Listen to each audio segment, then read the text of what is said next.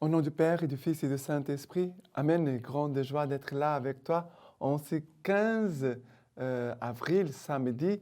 Nous sommes dans l'octave de Pâques. Alors, joyeuse Pâques, le Christ est ressuscité, il est vraiment ressuscité. Voilà notre force et notre joie qui viennent du Seigneur. La première lecture d'aujourd'hui, c'est Actes des Apôtres, chapitre 4, à partir du verset 13. Considérons l'assurance de Pierre et des gens et se rendant compte que c'étaient des gens sans instruction ni culture, les Sanhédrites étaient dans l'étonnement. Ils reconnaissaient bien en eux ceux qui étaient avec Jésus. En même temps, ils voyaient debout auprès d'eux l'homme qui avait été guéri. Aussi n'avaient-ils rien à répliquer. Ils les firent alors sortir du Sanhédrin. Ils se mirent à délibérer entre eux. Ils disaient, qu'allons-nous faire à ces gens-là? Qu'un signe notoire ait été opéré par eux, c'est trop clair pour tous les habitants de Jérusalem. Et nous ne pouvons les nier. Mais pour que cela ne se répande pas davantage dans le peuple, empêchons-le par des menaces de parler désormais à qui que ce soit en ce nom-là. Ils les rappelèrent donc et leur défendirent de souffler mots et d'enseigner au nom de Jésus. Mais Pierre et Jean de leur rétorquer, s'il est juste aux yeux de Dieu de vous obéir plutôt qu'à Dieu, à vous d'en juger. Nous ne pouvons pas, quant à nous, ne pas publier ce que nous avons vu et entendu. Cependant, après de nouvelles menaces, ils les relâchèrent, ne voyant pas comment les punir, à cause du peuple, car tout le monde glorifiait Dieu de ce qui s'était passé. Alors, nous voyons ici Pierre et Jean qu'après avoir guéri le paralytique, maintenant les gens, les Sanhédrites, veulent vraiment empêcher Pierre et Jean d'annoncer et d'enseigner le nom de Jésus. Mais voyez la sagesse de Dieu, la sagesse de l'Esprit Saint. Ici, la parole dit que les Sanhédrites s'étaient rendus compte que c'était des gens sans instruction ni culture. C'était des pauvres. Mais Dieu veut nous donner cette sagesse, Dieu veut nous communiquer, nous donner cette assurance pour pouvoir parler de Jésus, au nom de Jésus, pour que les cœurs des hommes puissent être touchés, pour que les hommes puissent être unis à Dieu. D'ailleurs, on pourrait dire pour que les hommes puissent être sauvés. Voilà que Pierre et Jean vont dire, nous ne pouvons pas, quant à nous, ne pas publier ce que nous avons vu et entendu. Alors, ce que nous avons vu et entendu de Jésus-Christ.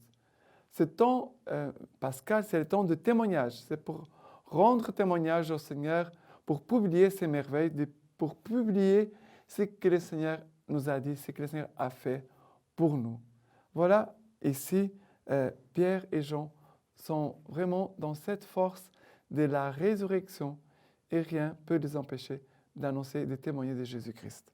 Voilà, pour nous, on doit vivre de la même façon. Maintenant, le psaume d'aujourd'hui, c'est le psaume 118.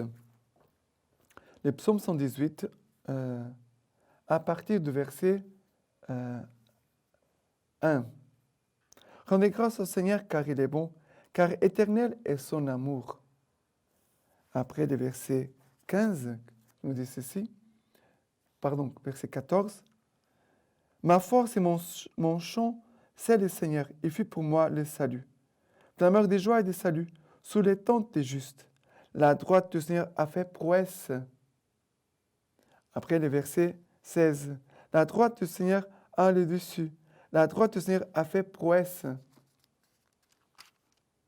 Non, je ne mourrai pas, j'y vivrai, et publierai les œuvres du Seigneur. Il m'a châtié et châtié le Seigneur. À la mort, il ne m'a pas livré. Après le verset 19. Ouvrez-moi les portes de justice, j'entrerai, je rendrai grâce au Seigneur. C'est ici la porte, Seigneur, les justes entreront. Je te rends grâce car tu m'as exaucé, tu fus pour moi le salut. Voilà, Seigneur, tu m'as exaucé, tu fus pour moi le salut. Mais vraiment, c'est ton Pascal, vraiment que les portes puissent s'ouvrir pour que nous puissions entrer pour rendre grâce au Seigneur. Que les cœurs se ouvrent, nos cœurs, mais les cœurs de tous les gens que nous allons rencontrer, qu'ils puissent s'ouvrir pour accueillir Jésus ressuscité, mais que nous aussi, nous puissions aussi nous approcher davantage de ce Jésus qui est vivant, ressuscité là avec nous.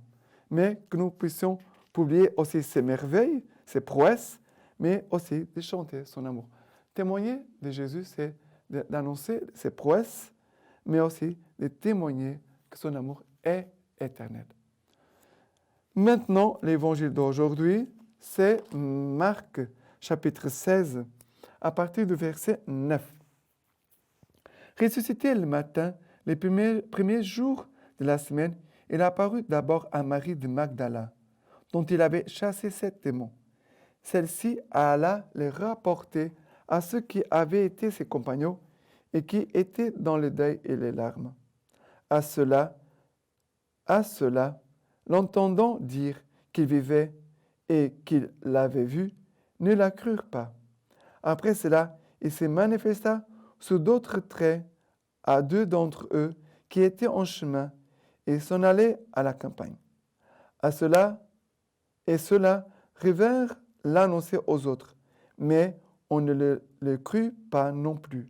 Enfin, il se manifesta aux 11 eux-mêmes, pendant qu'ils étaient à table, et il leur reprocha leur incrédulité et leur obstination à ne pas ajouter foi à ceux qu'il avait vus ressusciter. Et il leur dit, allez dans le monde entier, proclamez l'évangile à toute la création. Alors, voyez que le Seigneur vraiment veut se manifester et le Seigneur insiste. À travers Marie Magdala, de qui le Seigneur avait chassé 7 démons, ça veut dire qu'elle était pleine de démons. Après, le Seigneur envoie, regardez, le Seigneur envoie Marie Magdala, après il va envoyer 2 les disciples d'Emmaüs, qui vont aussi annoncer que Jésus était ressuscité, mais la parole de Dieu nous dit qu'ils étaient obstinés. Il dit, Jésus va leur reprocher leur incrédulité et leur obstination à ne pas ajouter foi à ceux qu'il avait vus ressusciter. Voilà que vraiment le Seigneur veut nous envoyer des gens pour nous témoigner, même si j'ai déjà fait une expérience de Jésus vivant, mais les témoignages des autres vont aussi me fortifier dans ma foi, va me fortifier aussi dans la décision de suivre Jésus, de donner ma vie pour lui, de mourir pour lui, de me sacrifier pour lui, d'aller en mission partout où le Seigneur m'envoie. Parce qu'à la fin de l'évangile, Jésus dit, allez dans le monde entier, proclamez l'évangile à toute la création. C'est un ordre. Jésus dit, allez dans le monde entier, partout, et annoncer l'évangile à toute la création. À toute la création. Jésus n'a pas envoyé l'évangile pour l'Europe ou pour l'Asie ou pour le Brésil, mais il envoie partout dans le monde, pour l'Afrique, dans tous les continents. Jésus veut vraiment que sa vie, parce qu'annoncer l'évangile, c'est apporter les ressuscités, c'est apporter la résurrection au cœur des hommes, parce que nous avons besoin de la vie du ressuscité. Voilà l'évangile d'aujourd'hui. Et que cette parole aussi encourage beaucoup de vocations, beaucoup de jeunes à donner leur vie pour annoncer Jésus. Et maintenant, l'évangile, la lecture patristique d'aujourd'hui, le catéchèse de Jérusalem, qui nous dit ceci. C'est donc avec une pleine conviction que nous participons à ce repas comme au corps et au sang du Christ, car sous la figure du pain, c'est le corps qui t'est donné. Sous la figure du vin, c'est le sang qui t'est donné, afin que tu deviennes, en participant au corps et au sang du Christ, un seul corps et un seul sang avec le Christ. C'est ainsi que nous devenons